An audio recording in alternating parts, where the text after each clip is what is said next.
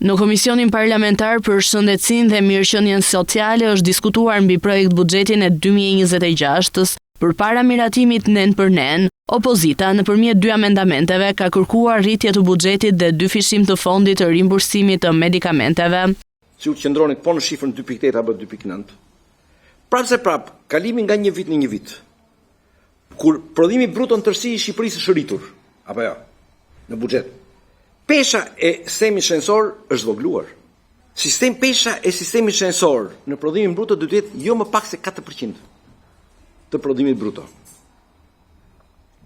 Ku jemi ne? Jemi shumë larg.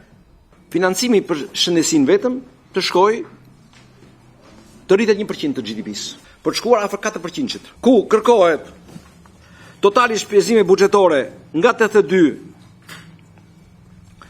milione sa është të shkojnë 110. Pra, të rritet në këtë mënyrë. Ky amendament i dytë kërkon pikërisht të gjë, sepse duke rritur nivelin e rimbursimit, ti mund të rrisësh edhe nivelin e futjes në listën e rimbursimit të medikamenteve të origjinës sigurt. Amendamentet u hodhën poshtë, ndërsa socialistët argumentuan se vitet e fundit në shëndetësi janë bërë investime të rëndësishme dhe një rritje tjetër e buxhetit është e pamundur.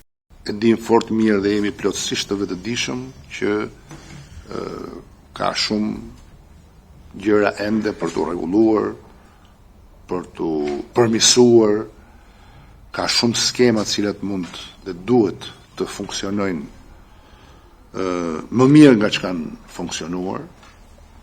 Jemi plotësisht vetëdijshëm që ka ende investime të tjera të cilat duhen vijuar në të ardhmen. Ne nuk duhet harrojmë që jemi në një moment ku duhet mendojmë për çdo sektor.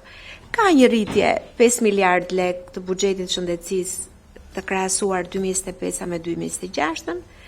Ka një rritje 1.5 miliard lek më shumë në lidhje me fondin e sigurimeve shëndetësore. Ka një rritje në një fond të veçantë për onkologjikun. Ka një rritje për sa i takon pagave të punojësve të shëndetësisë në të gjithë kategoritë e tyre. Ministria e Shëndetësisë dhe Mirëqenies Sociale merr pjesën më të madhe të buxhetit 2026 me afro 82.5 miliard lek, rreth 2 miliard lek më shumë se një vit më parë.